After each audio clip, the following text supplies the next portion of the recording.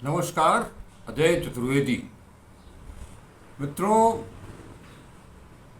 किसी देश या किसी शहर की पहचान उसकी भाषा, संस्कृति और साहित्य से होती है।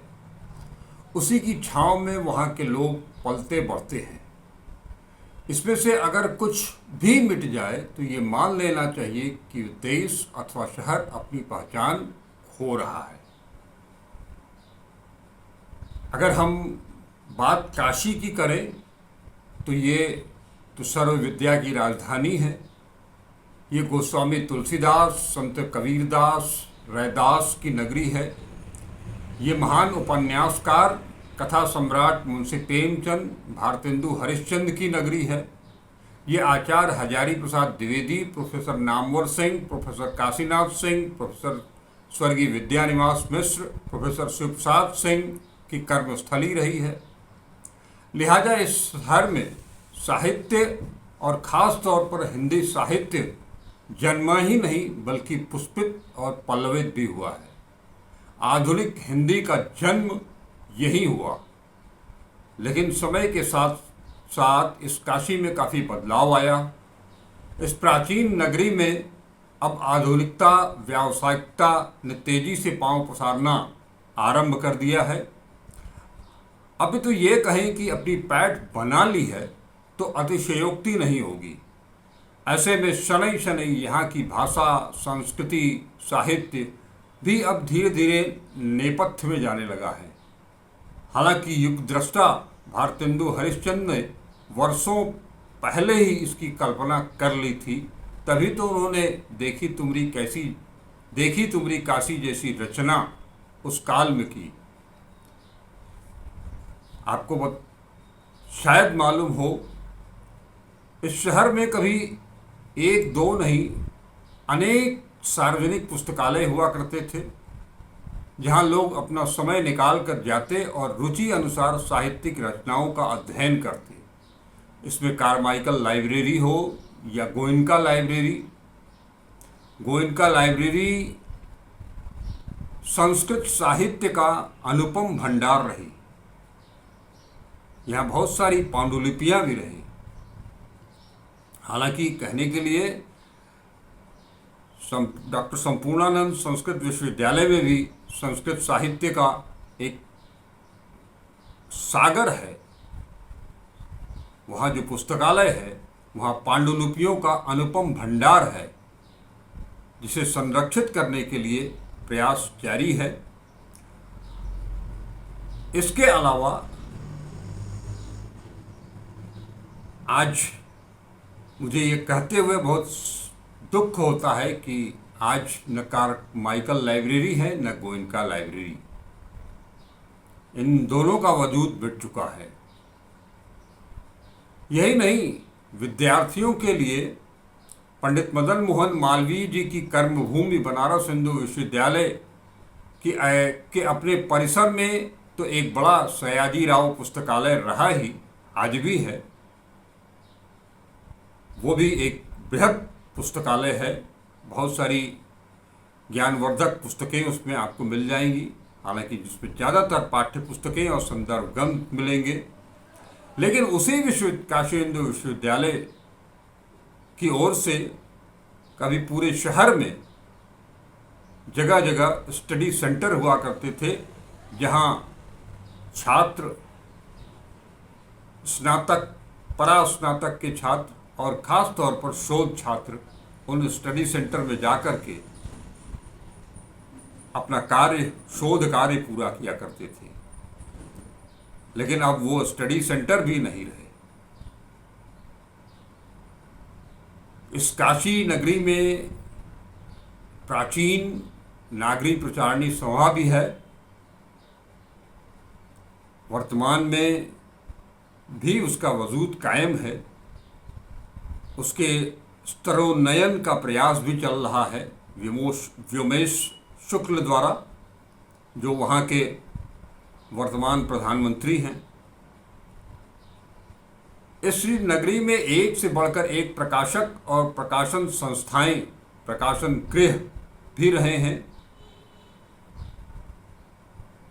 लेकिन ये प्रकाशन गृह भी धीरे धीरे व्यावसायिकता की भेंट चढ़ गए।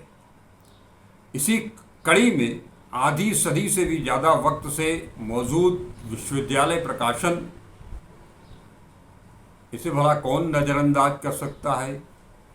ये न केवल देश का अग्रणी प्रकाशन गृह है बल्कि दुनिया में इसकी अपनी एक अलग पहचान है। ये प्रकाशन गृह पुरानी काशी के मध्य स्थित चौक मोहल्ले में अवस्थित है। कहें तो चौक पुलिस थाना परिसर से बिल्कुल सटा हुआ है। यही इतना ही नहीं, ये काशी विश्वनाथ कॉरिडोर के भी अत्यंत निकट है। आध्यात्मिक हो या सामाजिक अथवा राजनीतिक पुस्तकों का यहाँ से प्रकाशन होता रहा है। साथ ही साथ उच्च शिक्षा की पाठ्य पुस्तकें और संदर्भ ग्रंथ भी यहाँ उपलब्ध रहते हैं। लेकिन वर्तमान में ये प्रकाशन गृह बहुत संकट में आ गया है, संकट से गुजर रहा है। मामला किराएदारी का है।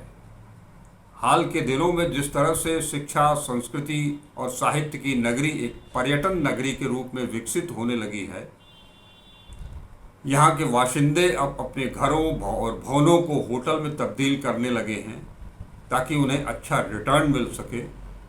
कई मकान मालिक तो अपने पुराने भवनों को गिराकर नई मल्टी स्टोरी खड़ी करके उसे अत्याधुनिक होटल, सराय, लॉज में तब्दील करने लगे हैं। व्यावसायिक दृष्टिकोण से उनकी सोच सर्वथा गलत भी नहीं है। ऐसा ही कुछ विश्वविद्यालय प्रकाशन, जहां विगत 50-55 साल से किराए के बेसमेंट में संचालित हो रहा था, उसके नई पीढ़ी के भूस्वामी यानी मकान मालिक भी अब एक होटल बनवाना चाह रहे हैं। उसका निर्माण कार्य शुरू भी हो गया है। ऐसे में उनकी भी शायद ये मंशा है कि काशी विश्वनाथ कॉरिडोर के समीप अगर आधुनिक होटल हो गया तो पर्यटकों से अच्छी आमदनी हो सकेगी। लिहाजा भवन स्वामी ये आरोप विश्वविद्यालय प्रकाशन की ओर से है कि भवन स्वामी प्रकारांतर से विश्व प्रसिद्ध विश्वविद्यालय प्रकाशन गृह को वहाँ से हटाना चाहते हैं। उन्होंने कई तरह से परोक्ष रूप से ही सही इसकी अपना मंतव्य जाहिर भी किया है। सोच इतनी ही है उनकी कि निर्माणाधीन होटल को विस्तार मिल सके। इसी कड़ी में उन्होंने प्रकाशन गृह के प्रोप्राइटर को लीगल नोटिस भी भेजा है। उधर प्रकाशन गृह के प्रोप्राइटर अनुराग मोदी और पराग कुमार मोदी अपने पिता द्वारा स्थापित संस्था को मिटने नहीं देना चाहती। ये वो संस्था है जहां अभी आपको मैंने बताया कि हर तरह की पुस्तकें उपलब्ध हैं। यहाँ काशी का इतिहास भी मिलेगा जो मोतीचंद जी ने लिखा था। काशी के कण कण से वाकिफ फकीर, बड़े साहित्यकार विश्वनाथ मुखर्जी की रचनाएं भी यहाँ मिलेंगी। लेकिन अब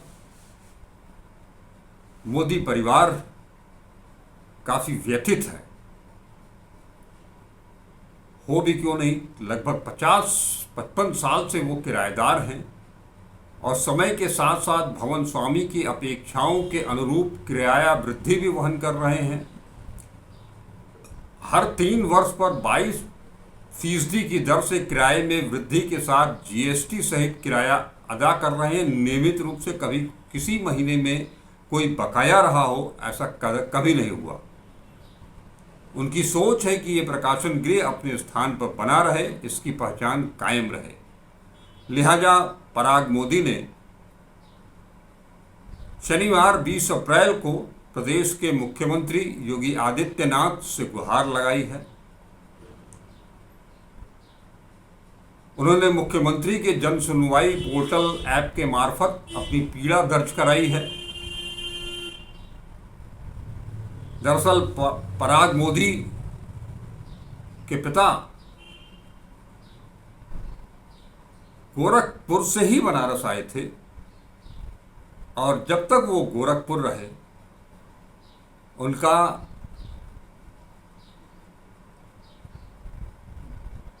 योगी आदित्यनाथ जी से निकट का संबंध भी रहा है। बहुत ढेर सारी पुस्तकें उन्होंने योगी आदित्यनाथ जी के मार्फत गोरक्षनाथ मंदिर को भेंट भी की है। अपनी पीड़ा से व्याकुल पराग मोदी ने कल यानी शनिवार को मुझसे मेरे वीडियो चैनल @अजय चतुर्वेदी 842 से मिल करके अपनी पीड़ा साझा की।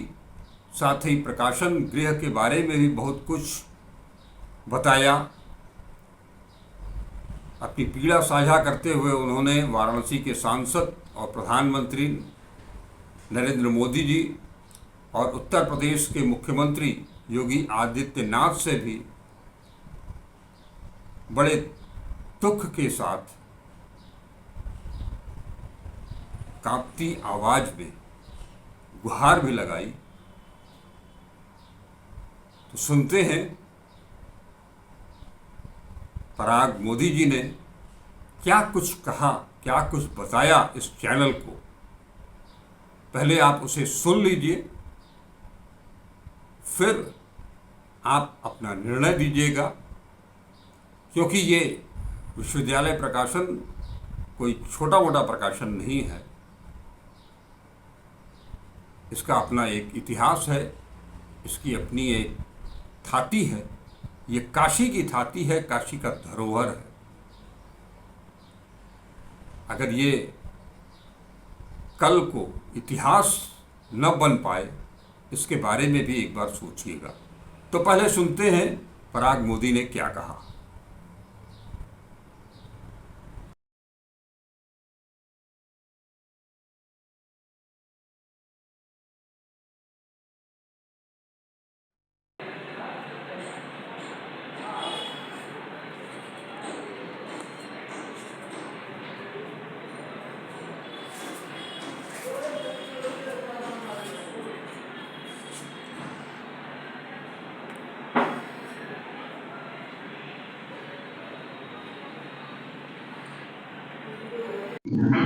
मेरा नाम पराग कुमार मोदी, वाराणसी के प्रख्यात प्रकाशन संस्थान विश्वविद्यालय प्रकाशन से संबद्ध हूँ।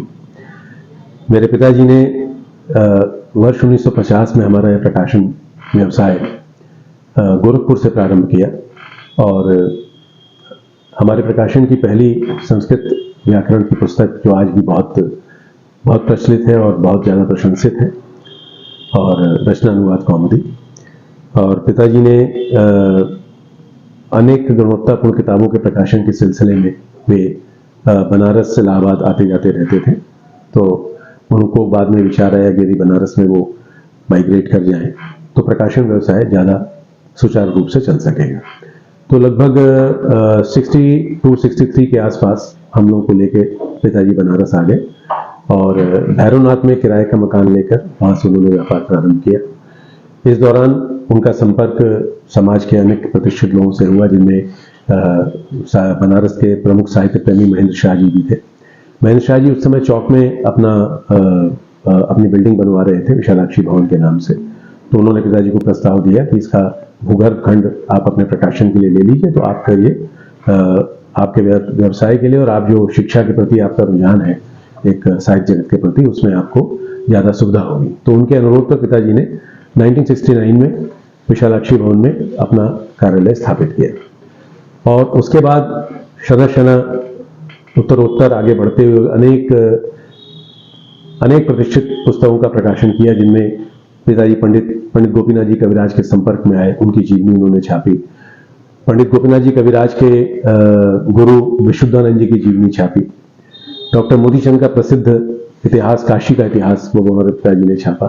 कहने का आशय, अनेक गुणवत्तापूर्ण प्रकाशनों के प्रति पिताजी का बहुत रुझान था, बहुत रुचि थी, क्योंकि वो स्वयं साहित्य प्रेमी थे और इसी तरह वो उत्तरोत्तर आगे अपने प्रकाशन का विकास करते रहे, जिसमें आध्यात्मिक, सांस्कृतिक और साथ में कुछ विशिष्ट पाठ्य पुस्तकें इतिहास में, पत्रकारिता में, समाजशास्त्र में, मनोविज्ञान में, विभिन्न विषयों में, हिंदी साहित्य में, संस्कृत साहित्य में, विभिन्न विषयों में अनेकानेक पाठ्य पुस्तकें पिताजी ने प्रकाशित की, जो BA MA में आज में चलती थी और आज भी चल रही हैं।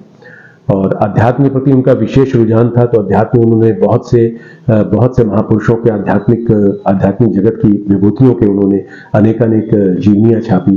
जैसे मैंने बताया आपको, मनीषी की लोक यात्रा, स्वामी विशुद्धानंद, तेलंग स्वामी जी पे छापा। बनारस के एक बहुत ही खाटी साहित्यकार हुआ करते थे विश्वनाथ मुखर्जी, उनकी उन्होंने भारत के महान योगी पे पूरी एक श्रृंखला छापी, जो करीब आपके 14 से 16 खंडों में आती है। इसी प्रकार तेलंग स्वामी पे किताब छापी, बाबा नीप करौरी पे छापी, बाबा हैड़ा खान पे छापी।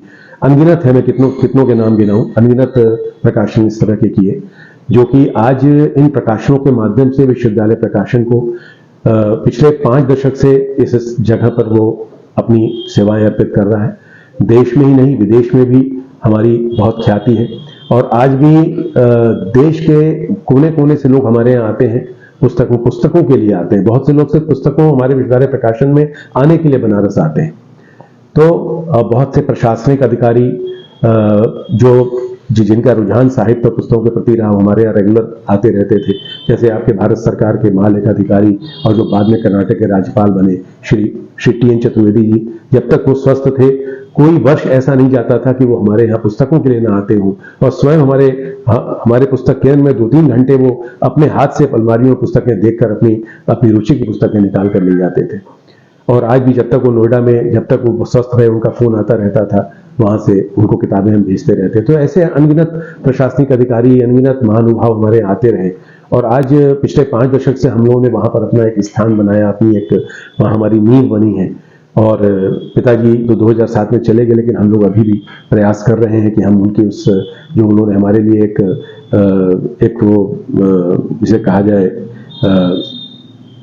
हमारे लिए उन्होंने जो अपना एक योगदान छोड़ा है, उसको हम आगे संरक्षित करें। हाँ ठीक है, आज डिजिटल माध्यम से जरूर थोड़ा प्रभावित पुस्तक व्यवसाय जरूर हुआ है, लेकिन पुस्तकों की महत्ता कभी कम नहीं होगी, क्योंकि पुस्तकें ही हैं जो व्यक्ति को ज्ञान देती हैं और व्यक्ति को भाषा का ज्ञान देती है, व्यक्ति को संस्कार देती है। आज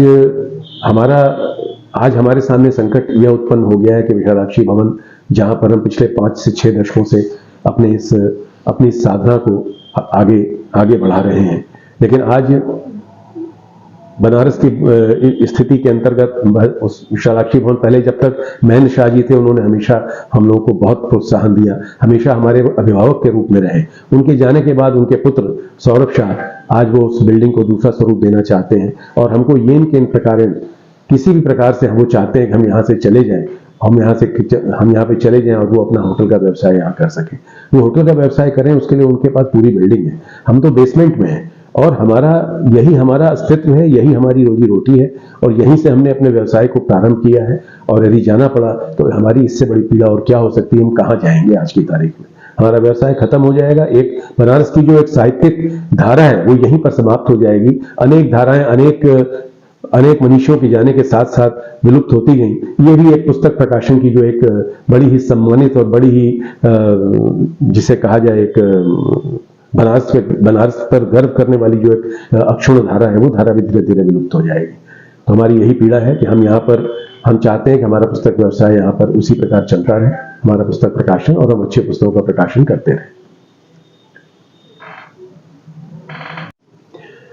प्रधानमंत्री जी हमारे वाराणसी शहर के सांसद हैं। उन्होंने अनेक खातियों को संरक्षित किया है, सुरक्षित किया है।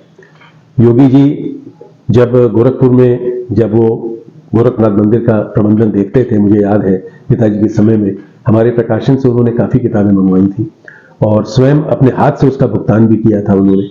आज हमारी प्रधानमंत्री जी से, मुख्यमंत्री महोदय से सबने निवेदन है कि हमारा यह प्रकाशन सिर्फ प्रकाशन नहीं है, बनारस की एक ख्याति है।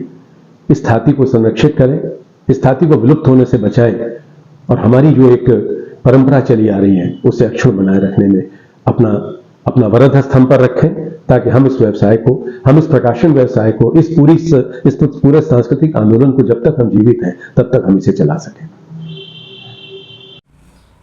अभी आपने पराग मोदी की पीड़ा को भी सुन लिया। प्लीज अपनी तरफ से जो कुछ भी हो सके इस मोदी परिवार के लिए और काशी की इस धाती को संरक्षित करने के लिए, इसे बचाए रखने के लिए अपना प्रयास जरूर करें। इस वीडियो को जरूर लाइक करें, अपना कमेंट भी दें, अपने विचार साझा करें। हम आपके साथ बने रहेंगे। मैं बार बार आपसे कहता हूं,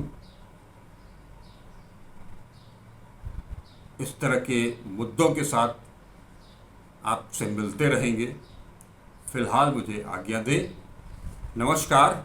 अजय चतुर्वेदी।